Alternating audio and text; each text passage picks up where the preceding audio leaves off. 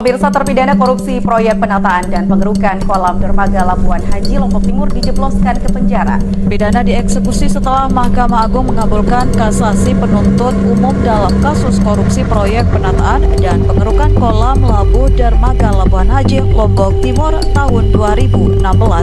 MA menghukum terpidana 3 tahun penjara dan denda senilai 200 juta rupiah. Menteri Komunikasi dan Informatika Johnny G. Plate pada Rabu 17 Mei 2023 ditetapkan sebagai tersangka kasus dugaan korupsi proyek penyediaan menara Base Transceiver Station atau BTS 4G dan infrastruktur pendukung paket di Badan Aksesibilitas Telekomunikasi dan Informasi atau Bakti Kemkominfo tahun 2020-2022. Komisi Pemberantasan Korupsi Abraham Samad menyebut korupsi di Banten sudah kronis. Kekuasaan dinasti Gubernur Banten saat Ratu Khoziah yang menggurita menjadi penyebab utama. Korupsi di Banten itu banyak, sampai saya saja lupa. Saking banyaknya saya lupa itu ada beberapa poin.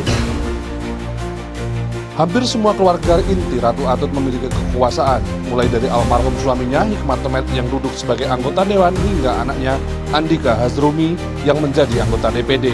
Adik Ratu Atut, baik yang kandung, tiri maupun ipar juga ikut kebagian kekuasaan. Gurita kekuasaan Ratu Atut mulai menyeruak saat adik kandungnya Tubagus Hairi Wardana alias Wawan dicokok KPK karena menyuap Ketua Mahkamah Konstitusi.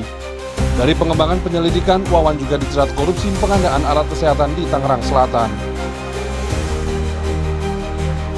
Korupsi bukan hanya tentang dilanggarnya sebuah aturan, melainkan soal hilangnya integritas dalam diri seseorang. Korupsi bukan hanya tentang merugikan negara dengan memperkaya diri sendiri atau entitas lain.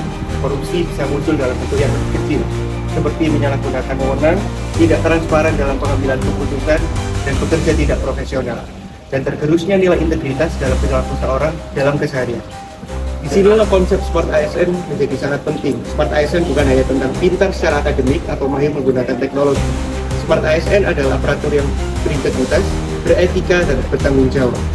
Jadi apapun tidak akan ada artinya kalau mentalitas manusia masih primitif terhadap korupsi. Jadi bagi saya pemberantasan korupsi tidak hanya dengan aturan dan pengawasan. Kita butuh Smart ASN yang bukan hanya cerdas secara intelektual tapi juga kuat secara moral. Beberapa proyek strategis nasional menunjukkan bahwa kolusi sering menjadi pintu masuk terjadinya korupsi yang merugikan negara. Sebagai Smart ASN, saya memandang bahwa kolusi merupakan tindakan yang bertentangan dengan nilai integritas dan profesionalisme aparatur negara. Kolusi tidak hanya merugikan negara, tetapi juga merusak kepercayaan masyarakat terhadap institusi pemerintah.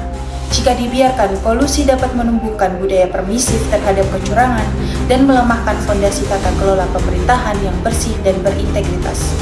Oleh karena itu, saya berkomitmen untuk menolak segala bentuk kolusi dan melaksanakan tugas secara jujur, transparan, dan bertanggung jawab.